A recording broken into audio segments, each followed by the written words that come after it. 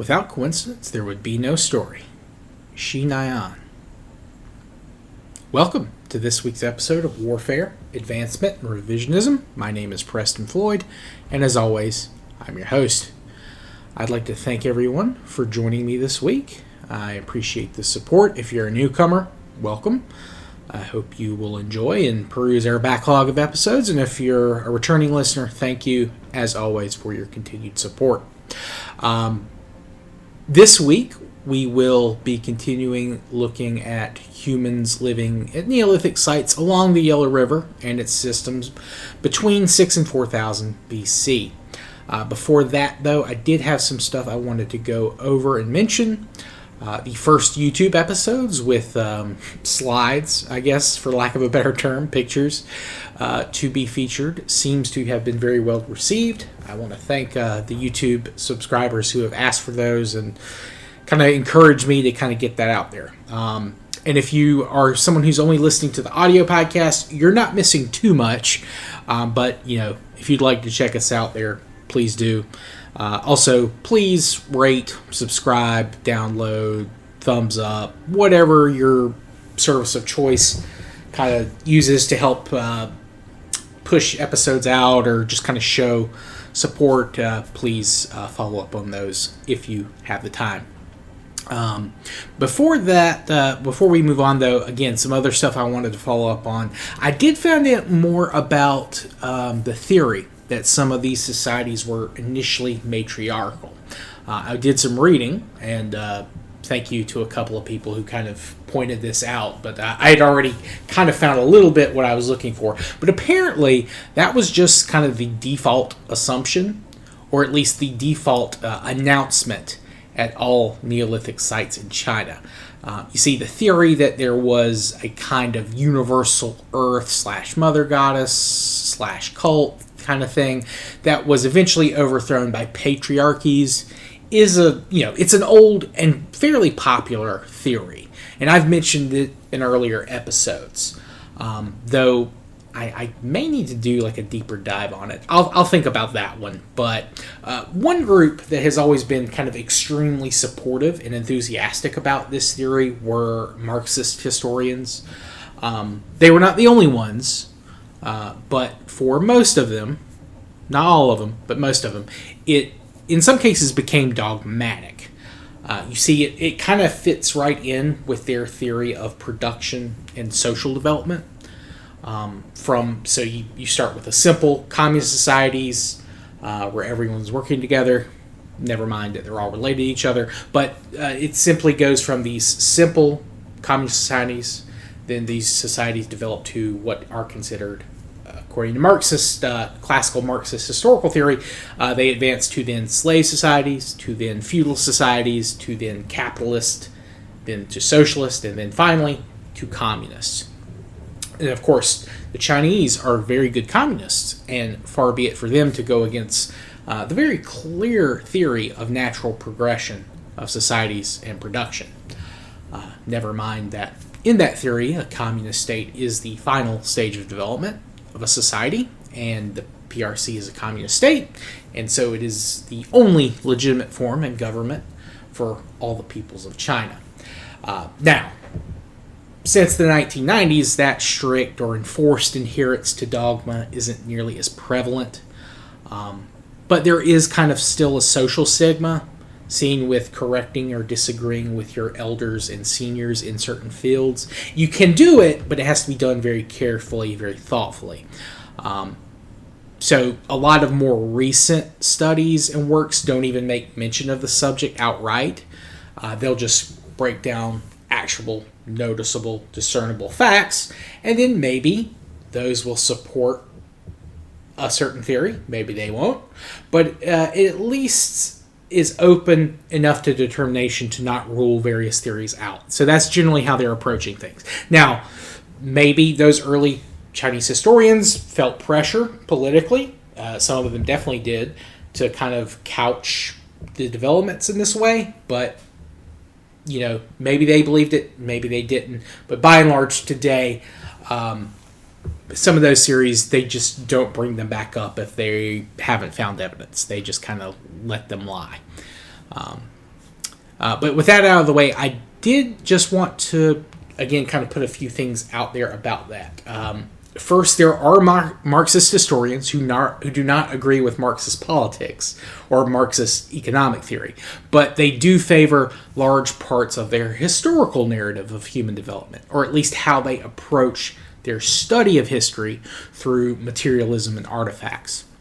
Though technically speaking, there were other people doing that well before Marx. It's just that Marx and Engels did, kind of create a working theory to tie their view of history in with their view of economics and politics, which was unique. And so the entire concept just got named after Marx by other Marxists, but there you go. Though there are some historians who just use the term materialist because they don't want anything to do with the political aspect of their work, which, to be fair, I don't blame them. Secondly, there has never been any definitive archaeological evidence discovered that shows widespread matriarchal or matristic societies in China or anywhere else. Now, that is not to say that there wasn't one or many matriarchal societies. It's just that something like that isn't going to show up in the archaeological record. It can really only be proven, in very specific circumstances. And in some cases, that's true for patriarchy, too. There may be some societies that are assumed to be patriarchal, but there's no way to really prove that. And when I talk about matriarchy, I mean women wielding supreme political or decision-making power and then receiving/distributing the profits or losses of said decisions among their communities and members of those communities. And mostly or completely excluding men from that process. Now, there have been social organizations that do prioritize men or women over men in some or most aspects of life, but few of these are strictly matriarchal by that definition. You have peoples who do trace their lineages matrilineally, and in more and more academic spaces, you'll also start to see terms used like matrifocal, which is where where women had families, where like the mother's in charge, or the grandmother, or the great-grandmother, or what have you. Then you also have matrilocal, which means married couples reside with or near the wife's parents. Or it's a combination of matrifocal, matrilocal, and matrilineality or matriarchy. The closest society that I can think of to be a matriarchy would probably be the Iroquois, though I know other Native American groups did have more politically powerful women too. Like the Hopi, I think, is one of the big examples that comes to me off the top of my head, though I don't know the exact level of control or input that the Hopi women had to the Iroquois women.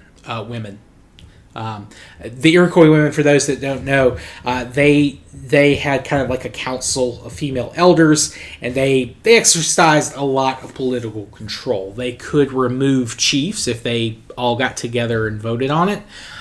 Though a woman from the chief who was removed would be able to appoint his replacement. So they're more punishing strictly the individual men, and not the family as a whole. When you see that happen. Now, that does lead into a question I had from a couple of listeners about a different but related subject.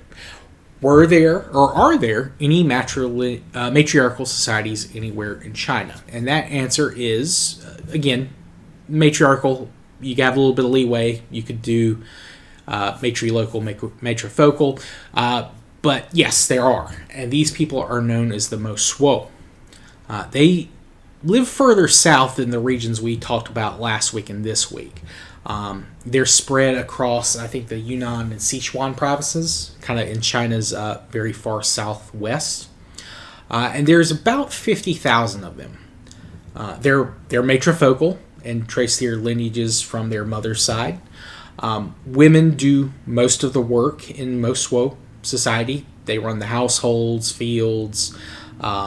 They produce like a lot of domestic goods in their homes. They are in charge of feeding animals, and they make decisions about how family land and animals will be used. Now, this has led some people to think that the men don't do anything except hang around and wait for a woman to invite them over for a good time, I guess is the way to put it. That isn't true. Men do work.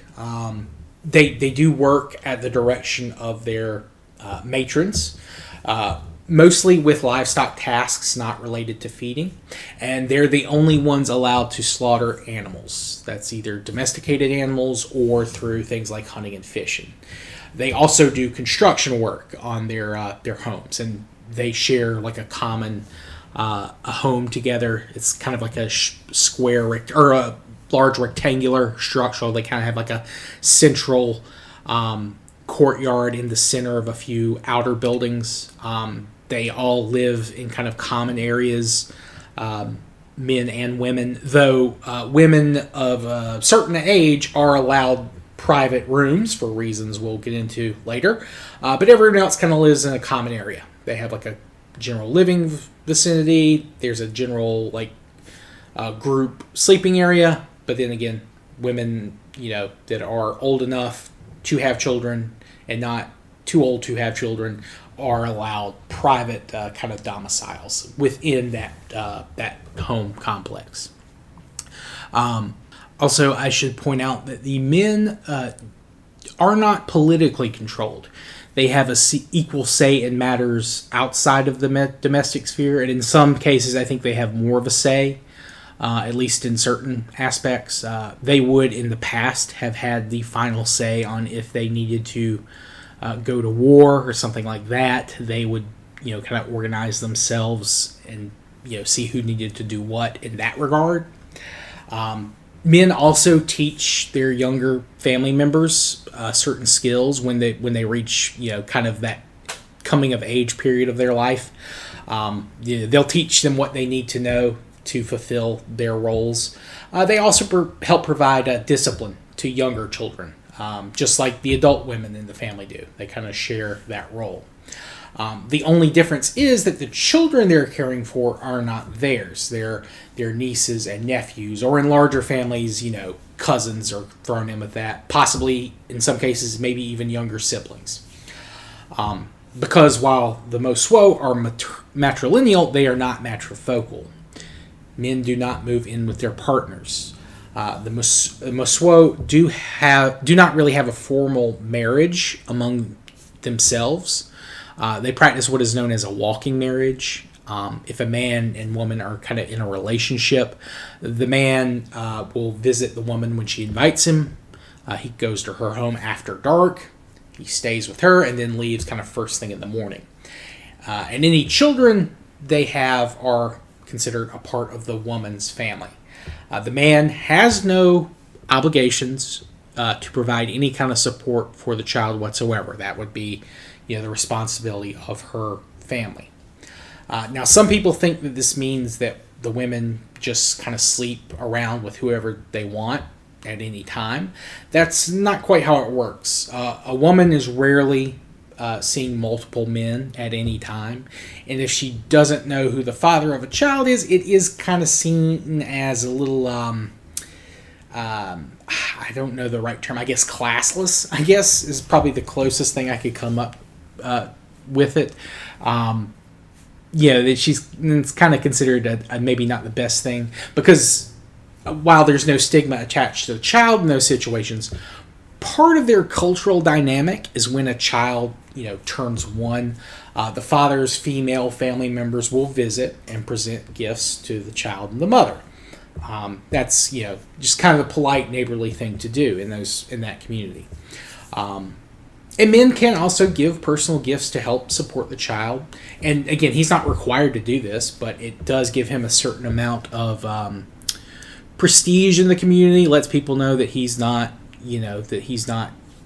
just in it for, himself. He does care about the wider Mosuo family and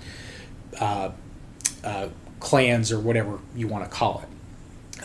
It allows him to earn, honor in, again, their wider communities. Not knowing who the father is kind of prevents this. So, again, women can have multiple partners, but they're not necessarily something they're doing all the time. And it is something, generally, like, it is a marriage, it's just not a marriage. These people are, in most cases, loyal to one another. It's just that if they ever fall out of love or affection with each other, it's not a big deal. It doesn't cause rifts necessarily in a family. Also most women and men choose to enter more traditional marriages with people outside of their communities, and that's something that is becoming more and more common as you reach the modern day. They also allow for adoptions. This is especially common if families are missing children of a certain gender for a specific generation. Say, like, you don't have any women. Your entire domicile is run by women. Like, you need someone to eventually take over. So in some situations like that, they'll invite. They'll maybe adopt a child from a family that has too many girls, or maybe a family that is just too small to kind of continue on their own. They're having trouble keeping up their property and stuff like that. And in those cases, adopted girls can eventually become the matriarchs of the families they were adopted into. So, but yes, that is an example of a matrifocal society in East Asia. There are others in East Asia, though I think they're mostly in kind of maritime Southeast Asia, though that's not the only ones. There are a couple of others, and we'll talk about more of those later. But I do want to get back to the main focus for this episode.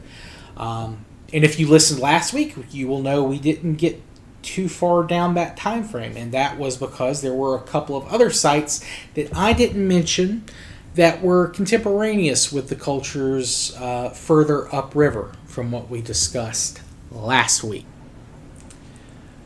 Now, again, as always, this is not an overview of hunting and gathering or pastoralist groups. These groups, of course, existed, but they did not. But they're not as present in the archaeological record or undergoing as a rapid of change.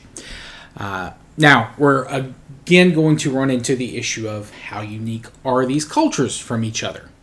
How are they related? Are they related at all? How much influence did they have on each other? Who influenced who more? These are all debated, and answers aren't exactly quick in coming. So I'll go over what we do know, and then we'll kind of see where we are. To start, there are 2 to 3 Neolithic cultures emerging between 6 and 5,800 BC. These are the Laoguantai, Dadiwan, and Bajia cultures. Now, Laoguantai translates as something like the old official tower. The name comes from an old ruined village, in Xihua County, which was over the Neolithic site. I think they were doing some cleanup, and then as they were digging, they discovered, evidence of the Neolithic site. Now, there were some other villages found nearby, and none were that large or complex, but they generally had, kind of the same amount of tools, lifestyle, that kind of thing. I couldn't get a firm idea of their estimated population, unfortunately. Now, like many other Neolithic cultures, they relied not only on agriculture, but also hunting and gathering. However, the Laoguantai appears to have been more reliant on agriculture than, say, the Pelagon culture. And they, at least at the earlier phases, they were more reliant on agriculture earlier than, say, the Pelagon were. Now, their pottery wasn't as sophisticated as, the neighboring cultures to the east that we talked about last time. The clay they used was sandier and not as thick, and they didn't have quite as wide a variety of different shapes and sizes, though they did have some variety, more than a lot of early Neolithic cultures say when they're first starting out do, which is part of the reason that they think they may be an offshoot of someone, or at least some people think they may be an offshoot of another culture. But one thing they are doing earlier than, say, the Pelagon is that they were painting their pottery and decorating it a little bit more elaborately a little bit earlier. They also had round houses and storage buildings and pits. They also had kind of a rectangular communal burial plots, and the dead were given grave goods of pottery, as well as tools conceivably that the people used while they were alive, and as well they had ornamentation, things like that. It seems like most of their tools were made of stone. No bone tools were mentioned in the sources I found. And sadly, I couldn't really find too much about this culture in English. There are a few sources, but they're very sparse in what I could find. Specifically, there's a website, Yellow River Civilization. That's the only place I could find a lot of information from, all in one place. I did see that the closest river to them was the Yangshao, but the village itself wasn't built on the river. It was a couple of kilometers away. Now this site will continue with these types of tools and lifestyle for about 1,000 years, more or less unchanged. Again, the pottery does start to get a little bit better. Even though they're already painting it, they become a little bit more expressive in their artistic sense. But by and large, it's very, very much the same for around 1,000 years. And all of the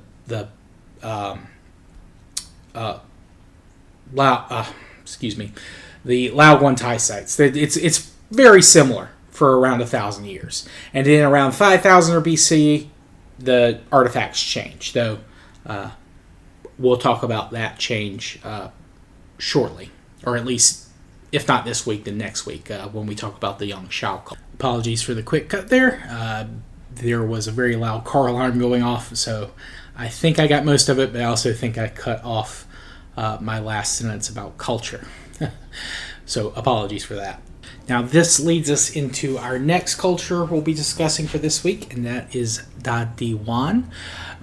Now, if you take the characters individually, it's like Big Land Bay, but Dadi, the two characters together, Big Land is just meant to mean Earth, so it's probably something like Earthen Bay, something along those lines.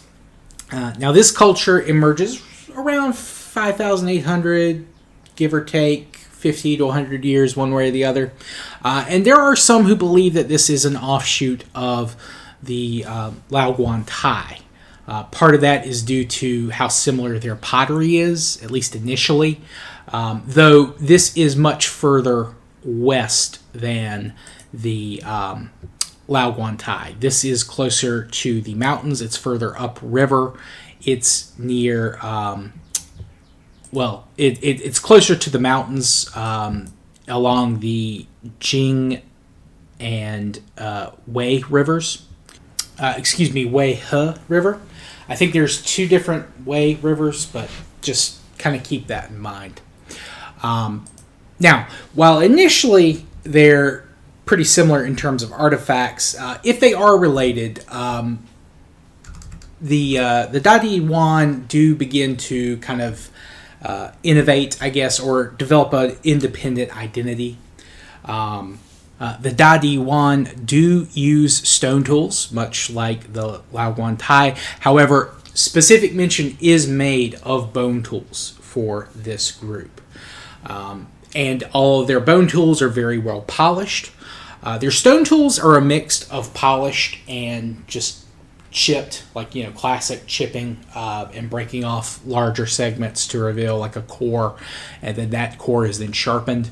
But they use both. I imagine that in some situations, some tools may be easier to just chip away and use naturally, whereas some, it probably helps them retain use to be a little bit better polished.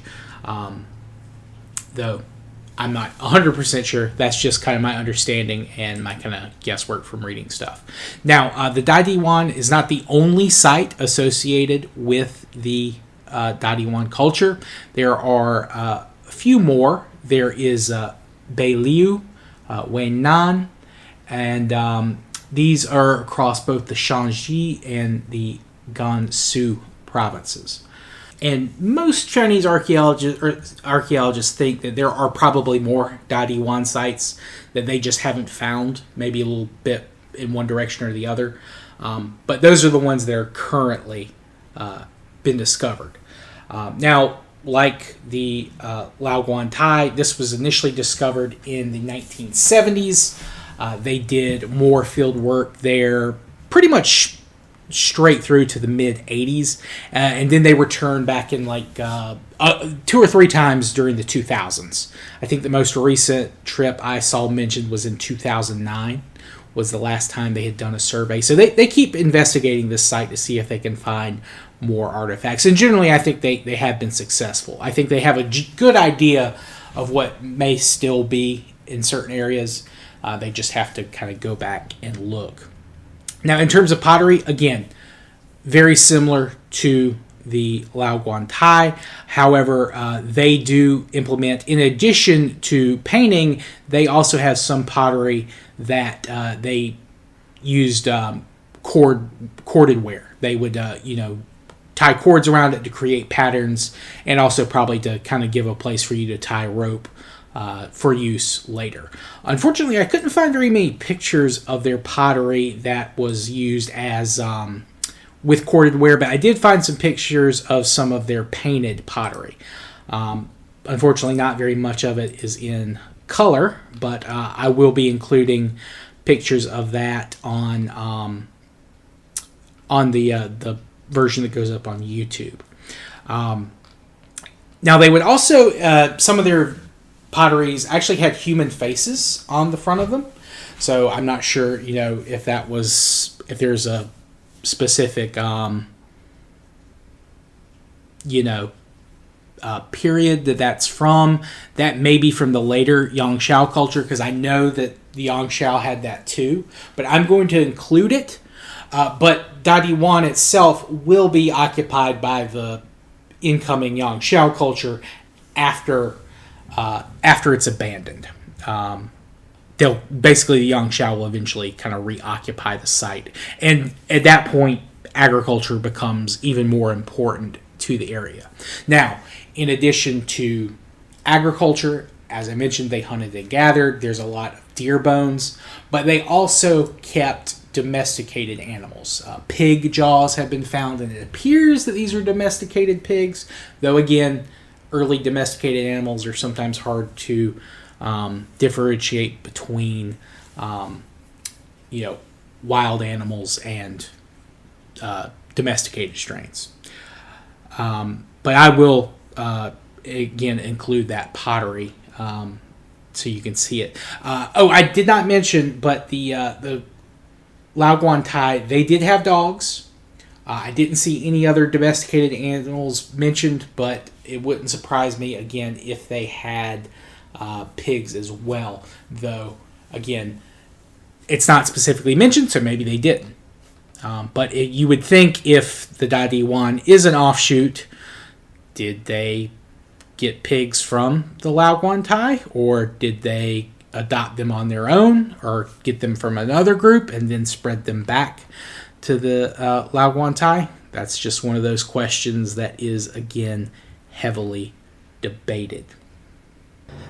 Their homes are very similar to the Laoguantai. They're circular. They also had circular burial pits and storage pits, as well as storage buildings. Now, at Dadiwan itself, there was a very large earthen mound that has been discovered.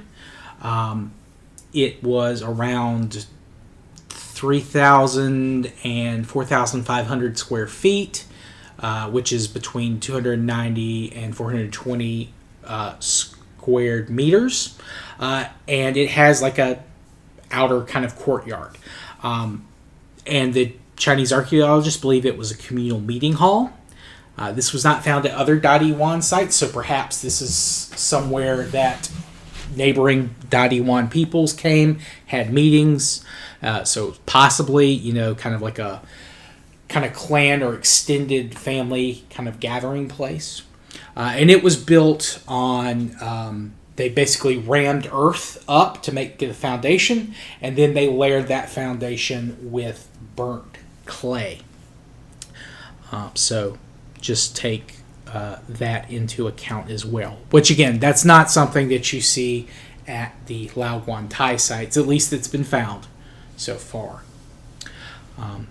Now, as for the length of occupation, it appears like the Dadiwan lasts from about 5,800 to about 5,400 BC BCE. So it is not as long lasting as, say, the Laoguantai or some of the other Neolithic sites. Well, I guess the ones to the east are about as long. So, about 400 years is a pretty decent run for a lot of these cultures. The Laoguantai lasting as long as they did is impressive when you take into account, considering they don't seem to be at least quite as advanced, at least in terms when it comes to number of sites and kind of their tool variety. But that could just be me projecting. I don't know. Just kind of what I get from the sources. Now, this leads us into the last culture we'll be talking about for this week, and that's the Bajia culture. This culture is, again, very similar in terms of pottery, very simplistic, but it is generally painted red or different shades of red, as the case may be.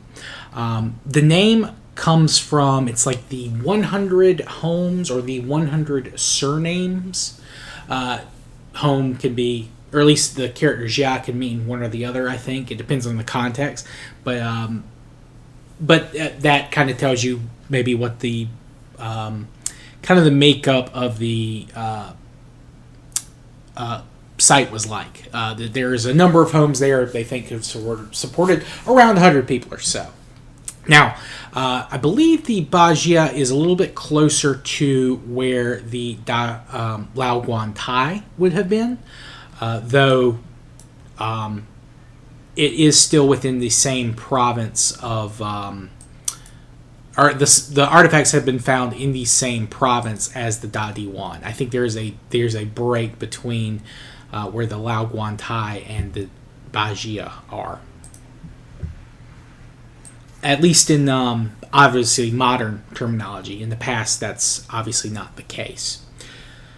The Bajia are not in the mountains or the foothills like the Dadiwan would have been. They're a little bit closer to they're kind of in where the Yellow River kind of begins to funnel through like the large central plains of China. They are near, or they are on, I should say, they were right on the Yihhe River, which is one of the, I guess, right where that river begins to curve to the north to begin to meet the Yellow River proper.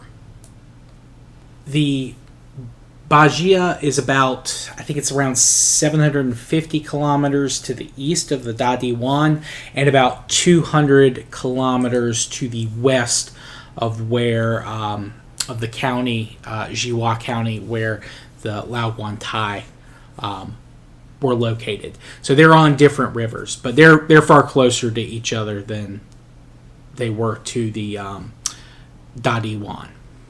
Now, unfortunately, as there were few sources with the Laoguantai, there are even less in English for the Bajia. And a lot of English stuff, the Bajia are considered an offshoot of the Dadiwan. Why they don't kind of combine them together more, at least in the literature, I don't know. Maybe that's a recency thing. Maybe just recently they're kind of leading to think, more people are perhaps leading to think that the Bajia are an offshoot of the Dadiwan, whereas before that may have been a little bit more debated. But regardless, they're emerging around the same time. So I don't necessarily think that they're a direct offshoot, but I do think there is a certain level of kind of cultural continuation between these three clusters. Though, again, how closely they're associated, that is a matter of, debate.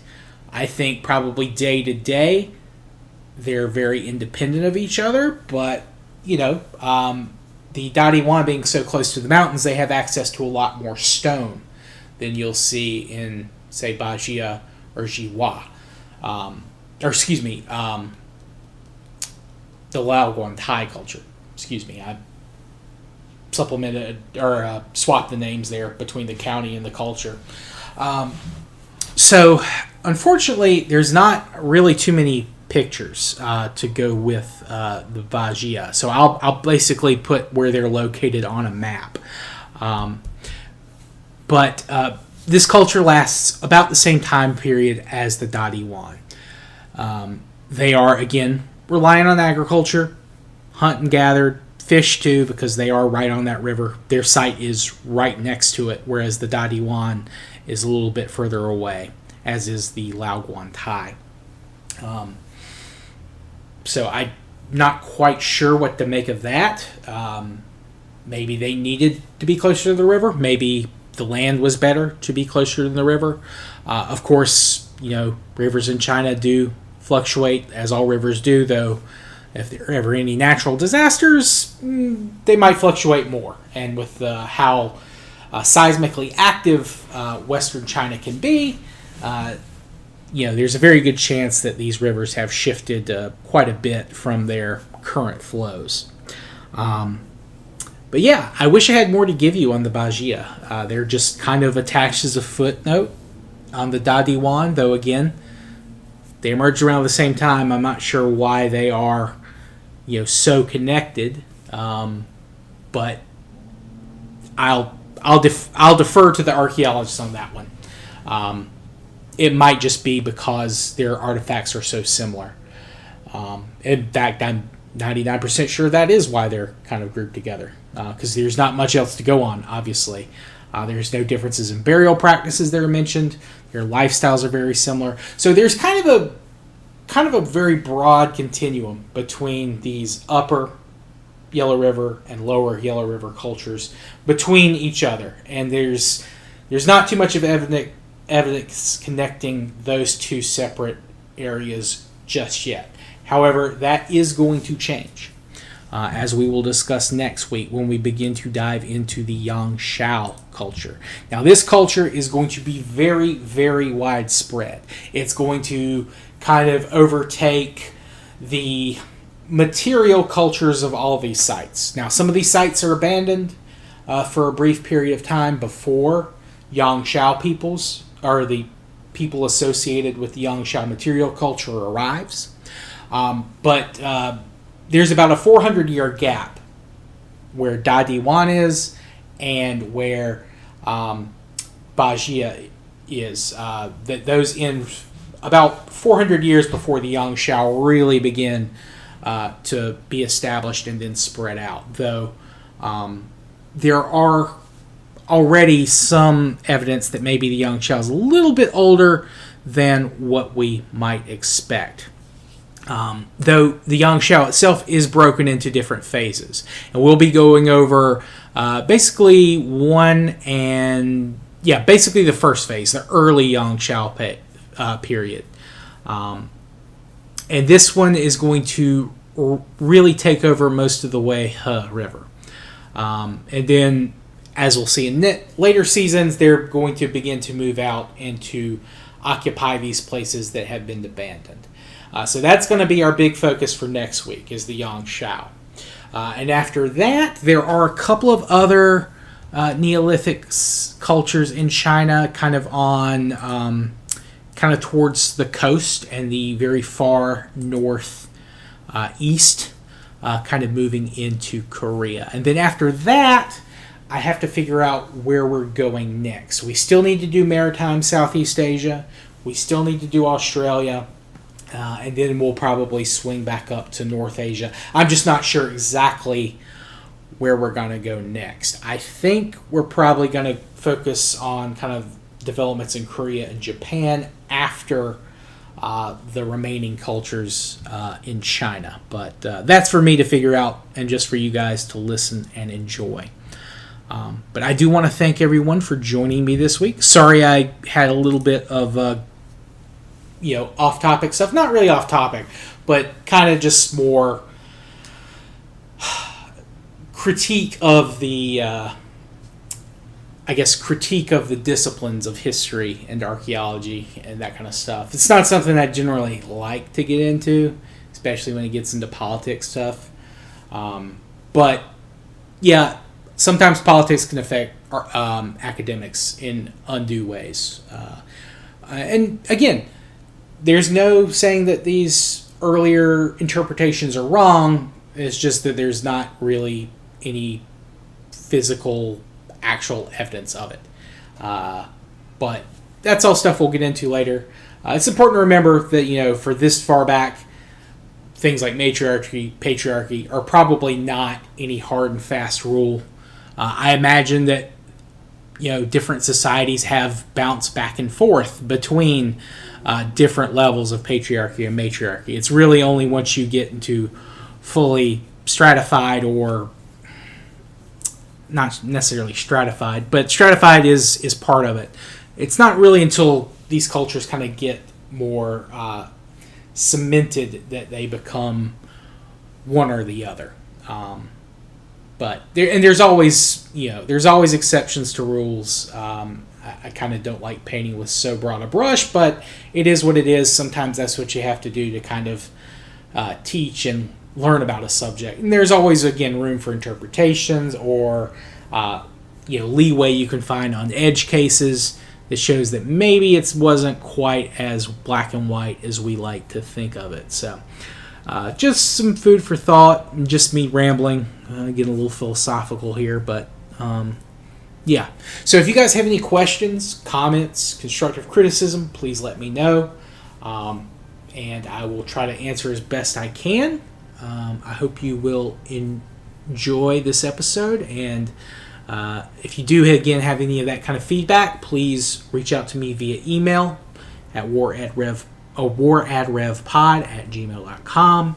You can direct message me on X/Twitter, which I still haven't updated recently. I need to do that. And then, of course, you can comment on the YouTube videos. I do see comments there. It may take me a little bit to respond there, but I do try to respond fairly promptly where I can. And if you do subscribe to me on YouTube, I stream during the week there live most nights. Sometimes on the weekends, like this past weekend. And just drop by and say hey if you'd like. I think we're at 280, 281, something like that on YouTube right now. So I appreciate the support. Just seeing the channel grow. I think we've picked up around 40 subscribers the last couple of weeks. So I'm really happy with that. But thank you all for joining me. I'll see everyone next time. Hope you have a good rest of your day and week from whenever you're listening to this. Till next time, peace.